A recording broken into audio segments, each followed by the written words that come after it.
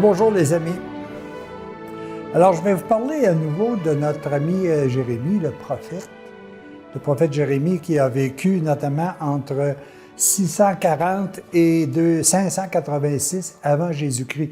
Alors ça se situe à peu près là au moment où Jérusalem avait une situation qui était beaucoup plus axée vers l'orgueil, vers la perdition.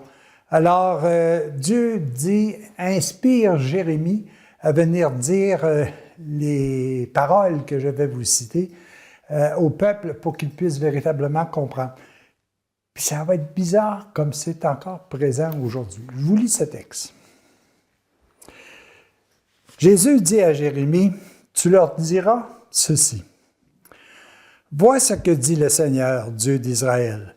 Une cruche est faite pour être remplie de vin. » Bon, disons que si on compare notre corps à une cruche, disons que je vais être un peu plus délicat, puis je vais parler tout simplement d'un vase. Alors, une vase est est faite pour être remplie de vin. Ils te répondront, mais nous savons bien que tout vase est fait pour être rempli de vin. Mais alors tu leur diras, voici ce que dit le Seigneur. Je vais remplir d'ivresse. Le peuple va se remplir d'ivresse dans tout ce pays.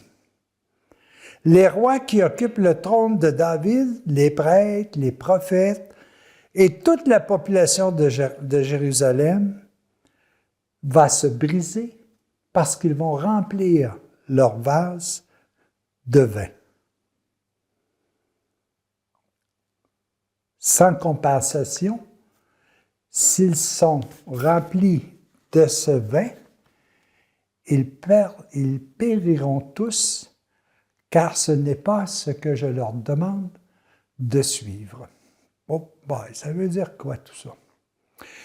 Ici, il est important de comprendre que ce qu'on associe au vin dans cet écrit-là, c'est l'orgueil. L'orgueil par rapport à ce que nous pensons pouvoir faire de nous-mêmes, sans l'aide du divin, sans l'aide de la nature divine qui est à l'intérieur de moi.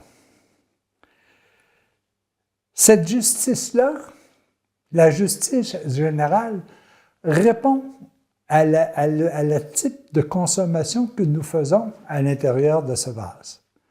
Si mon vase est rempli d'orgueil, moi, il y a quelqu'un que j'ai apprécié beaucoup dans la compréhension des Écritures, c'est Origène.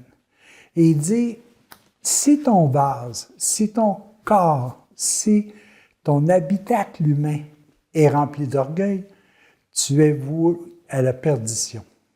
Car tu ne travailles pas avec des règles qui sont éternelles, qui vont te suivre peu importe où tu iras.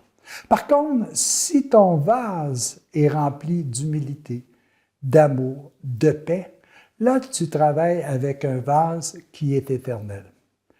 Maintenant, la question aujourd'hui, qu'est-ce qui m'habite? Est-ce que je suis habité par de l'orgueil par rapport à ce que je fais, ce que je réussis, ce que je sais? Ou est-ce que je suis habité par une humilité face à tout ce qui est merveilleux autour de moi et que j'ai absolument fait aucun effort pour l'avoir? L'amour, elle est de toute éternité. Dès ma naissance, je suis apte à aimer. C'est la première chose que je fais. Et je désire aimer sans cesse. C'est excessivement important que l'on puisse comprendre ça.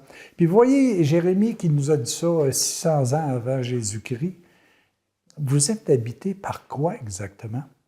Est-ce que vous avez à l'intérieur de vous quelque chose qui est limité dans le temps, qui va vous assurer, parce que votre processus est concentré sur cet aspect-là, est-ce que vous êtes axé vers une perdition irréversible?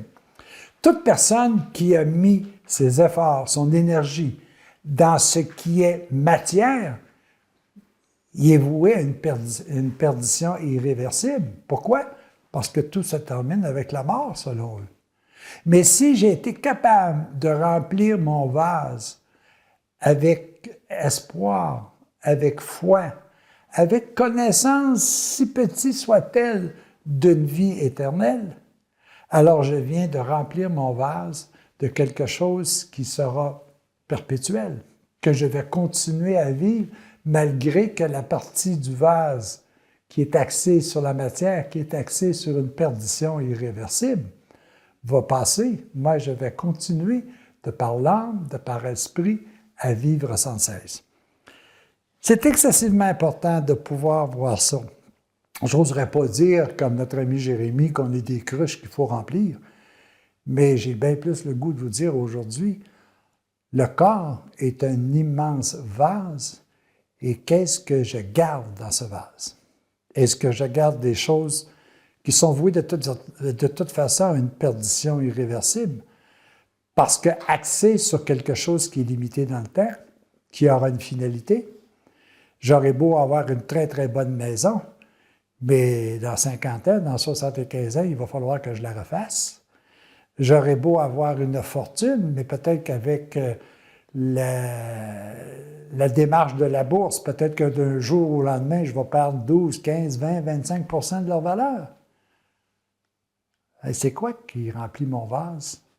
C'est quoi qui remplit ce que moi j'appelle la matière? Est-ce que j'ai de l'espoir en des mondes meilleurs?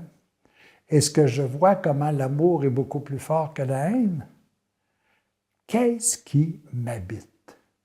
Qu'est-ce que je laisse rentrer à l'intérieur de mon vase?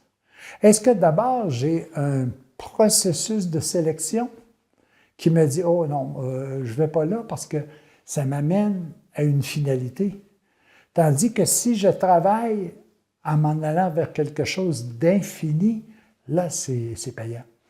Peut-être qu'au départ, ça va exiger de moi une foi toute petite soit-elle, mais elle va devenir tellement habituelle chez moi que je vivrai simplement de foi en un monde meilleur, en une vie meilleure. Sans ça, ça sert à quoi de dire « je viens ici sur Terre, mes jours sont effectivement limités, toutes mes actions matérielles sont limitées, et malheureusement, tout ce qui est matière va vers une perdition irréversible. » Je ne peux pas, moi, dire je vais revenir à 95 ans. Ah, 96 ans, non, je vais recommencer à 1. Non, non, c'est irréversible. Qu'est-ce qui n'est pas irréversible? Qu'est-ce qui est éternel à l'intérieur de moi? C'est même si je suis rendu au terme de ce que moi je vais appeler une perdition irréversible, j'ai toujours l'espoir d'un monde meilleur, d'une vie extraordinaire, d'un amour qui m'habite, et c'est avec le sourire que je vais quitter ce vase terrestre. Les amis, Jérémie, là, il a beau avoir vécu il y a 2500 ans à peu près, d'aujourd'hui, mais il nous est tellement utile en disant « Qu'est-ce que je fais avec ce qui m'a été prêté? Est-ce que je le comble de bien ou que je le comble d'illusion? » À vous d'y répondre. À la prochaine.